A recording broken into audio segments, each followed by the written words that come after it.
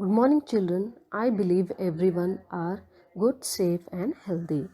Today, I am going to start social studies for 6th standard.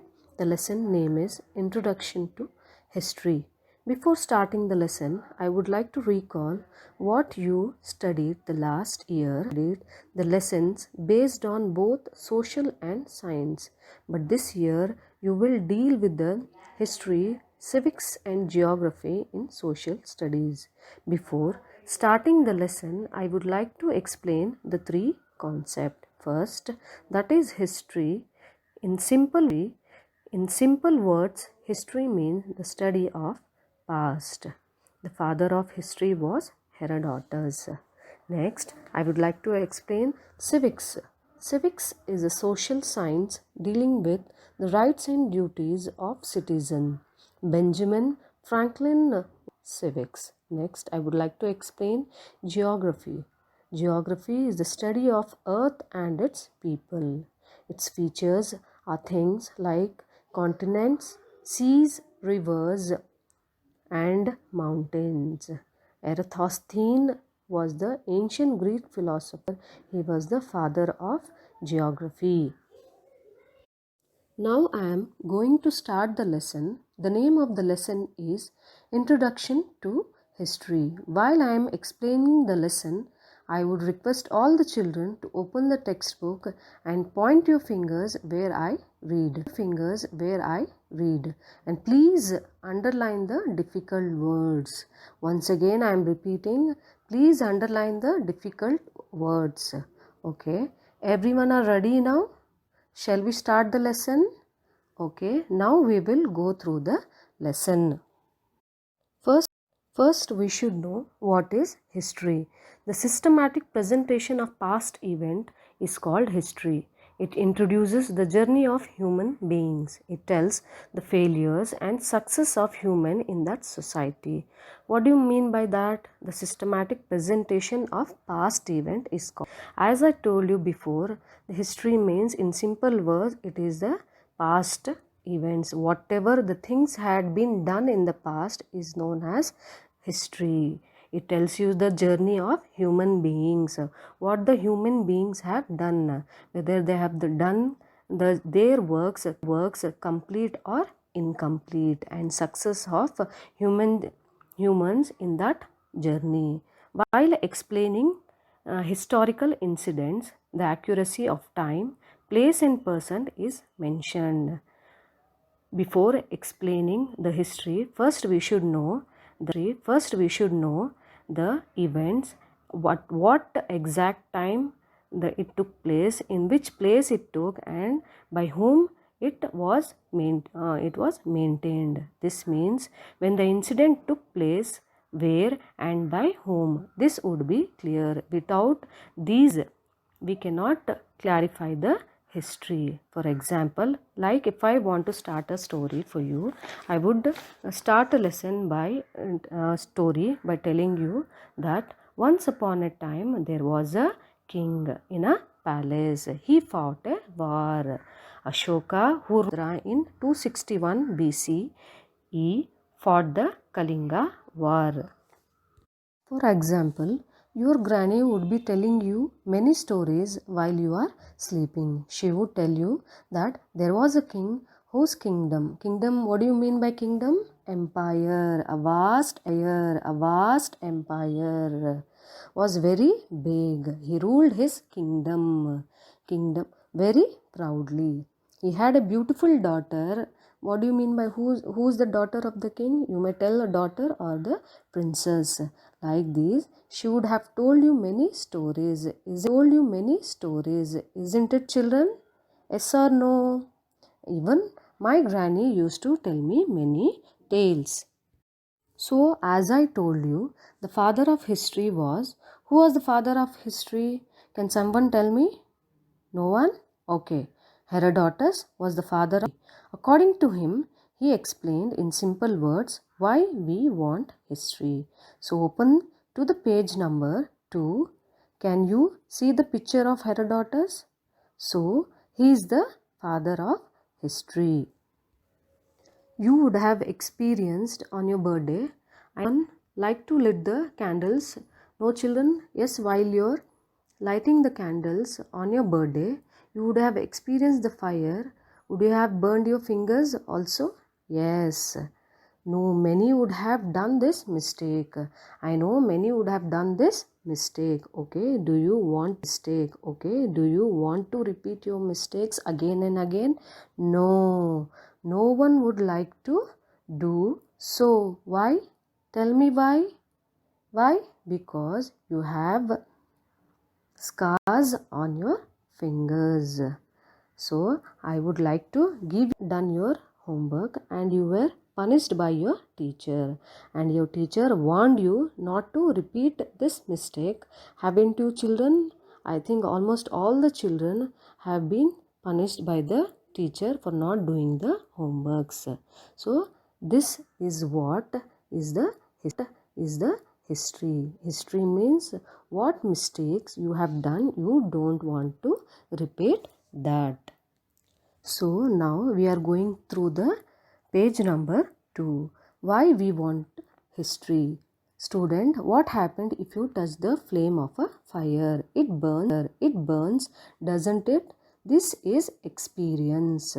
Will you again touch the fire? No, because you have already experienced the burning sensation. Haven't you? We call this as memory. So I give you a lot of examples already. So now what is history? So by not repeating the mistakes that while you have done the mistakes, you don't want to repeat that mistake. So this is we called memory and it is also called as recollection and retention. What is recollection? Can anyone tell me? Recollection means remembering.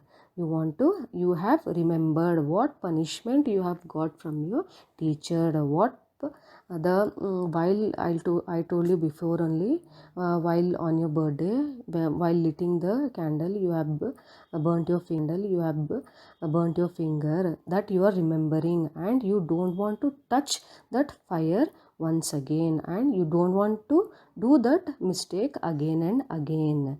And retention. What is retention? Retention is controlling of something. You are controlling not to repeat that mistake. You don't want to repeat that mistake again and again. What would happen if human did not have memory at all? What would happen if the human did not have memory at all? We would commit the same mistake again and again. Commit means repeat that mistake again and again. In this case, the progress of human being is not possible. What do you mean by progress? We will not go further. We will not move further if you be doing same mistake. This problem, for every problem there is a solution. So we should solve our problem by ourselves. So it is possible when we don't do any mistakes. So as human being need memory to progress, so as a society or a nation needs memory to progress. So as I told, for every history there is a memory. So if you want to form a society, society are the group of people. We live in a society. Where are we living? We are living in a society. We have our neighborhood surrounding us. For example, so as I told you, in this case, the progress of human being is not possible. As human being needs memory to progress, so a society or a nation needs progress. It is inevitable. That means inevitable means unavoidable. Then what can be assumed as memory for a society or a nation? That is history. That is, to form a society, memory is very important. What we have done today, what we have done today, what we have done yesterday, what we have done before, it is very important. What our ancestors have done, what our great great grandfathers have done. So these are all the things which should be kept which should be kept, and it is called as a memory. Then what can be assumed as a memory for a society? To live in a society, memory is very important. We should recall everything, that is history. Yes, like memory serves human to survive, which is the living for living us, which is very important. That is, memory is very important to live in a society. History serve as a memory for a society. For as we need memory to live in a society, for history the memory too is very important for a society. That is society, nation, state, and whole world. History is a record of good and wrong decision. So as I told you before, history is a record of good and wrong decisions, joyful and sorrowful experience. I told you, our ancestors or our kings or our great grandfather who have done wrong decision, who would have taken wrong decisions to our country, whether it was good, whether it was bad, whether it was joyful or sorrowful. What do you mean by, as I told you before, ancestors are our great grandfather, great great grandfather, etc. Beside, it wants the future decision making progress. So it is very important for our future generation.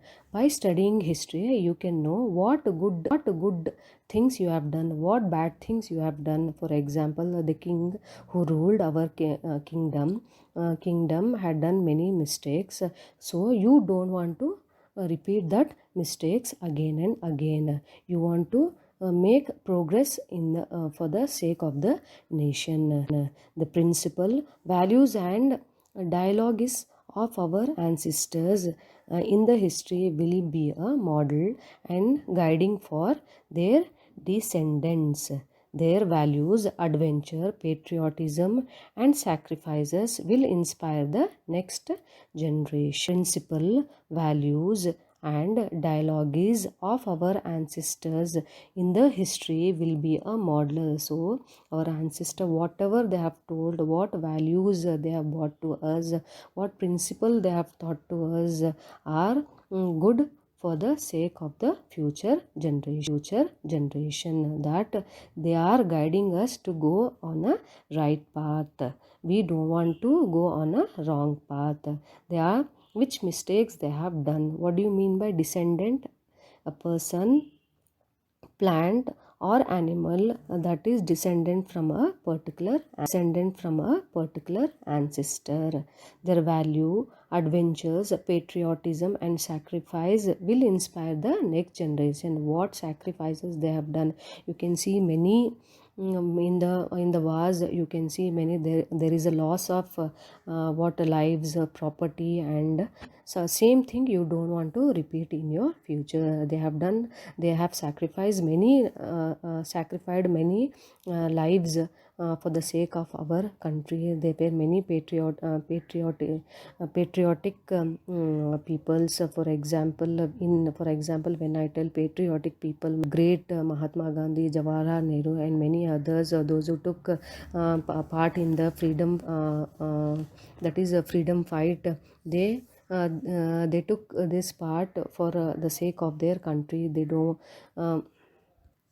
Moreover, by introducing our culture and heritage, India is known as a cultural land and heritage land. History arouses the feeling of pride and honor for our nation and world at large.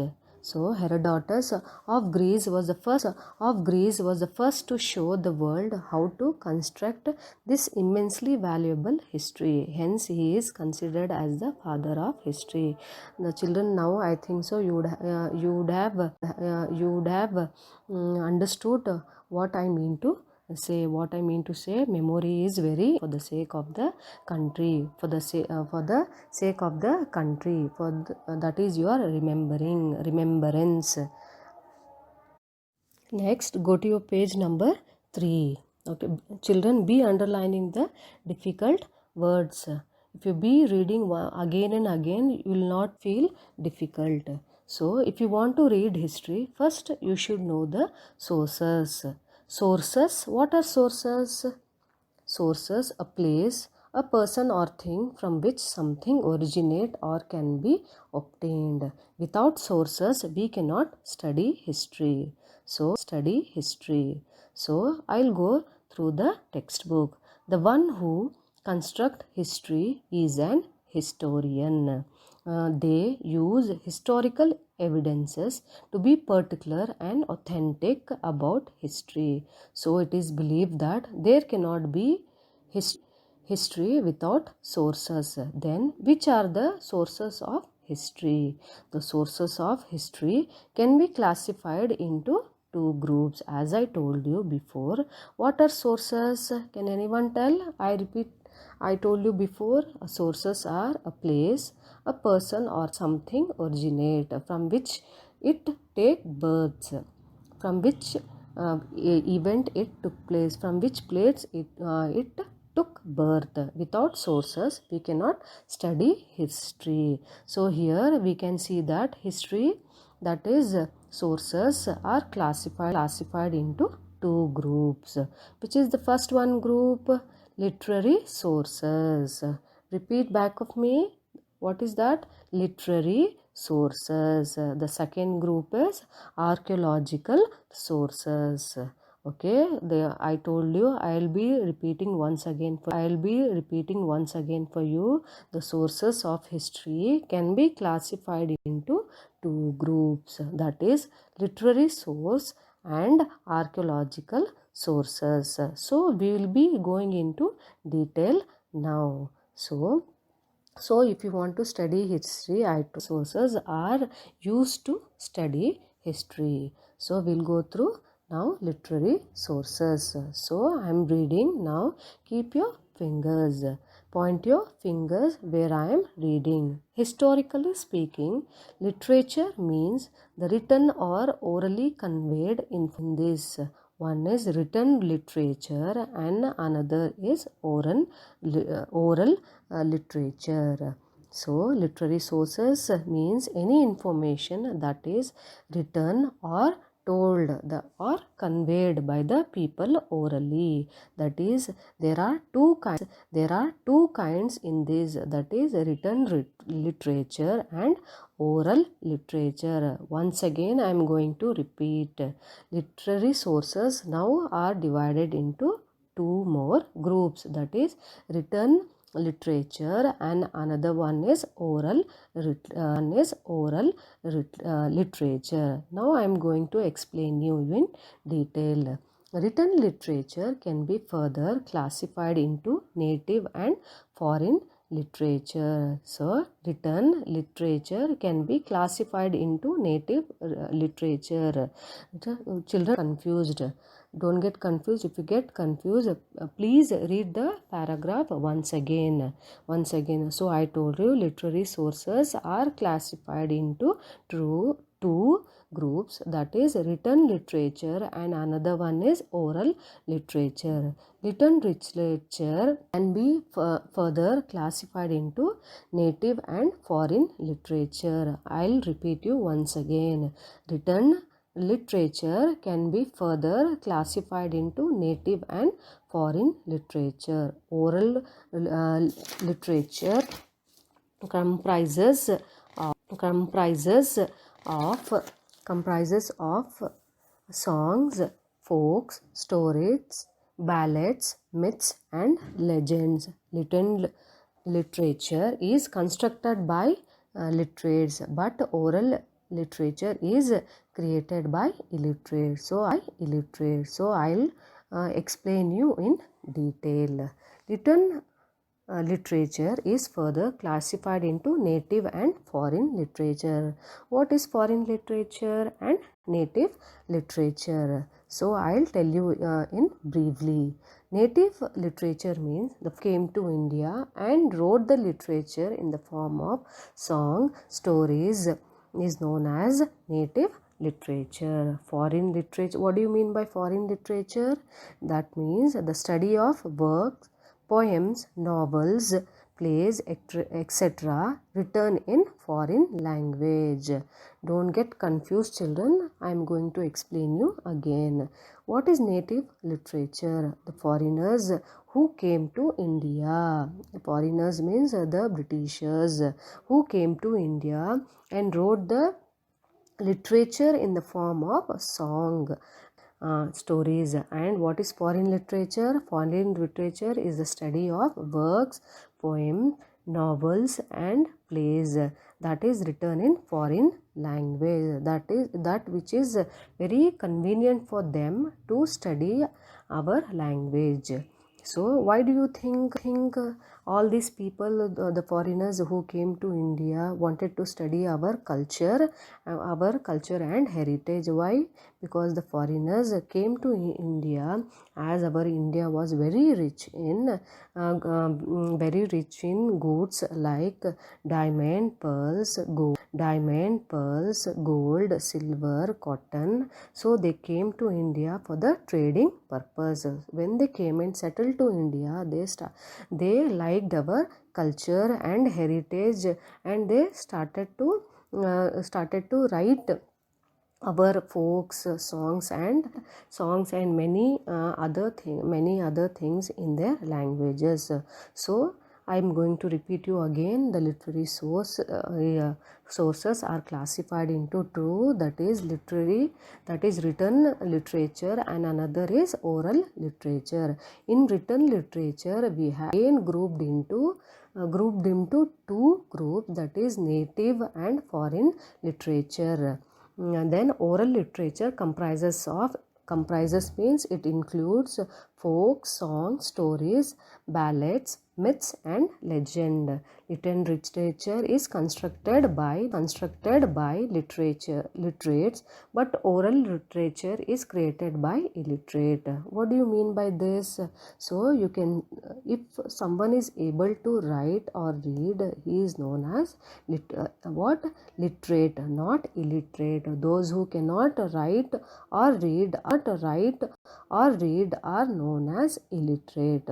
So thank you, children. So next class I will be doing you the next I'll continue further lesson. If you have any doubts, you can ask me.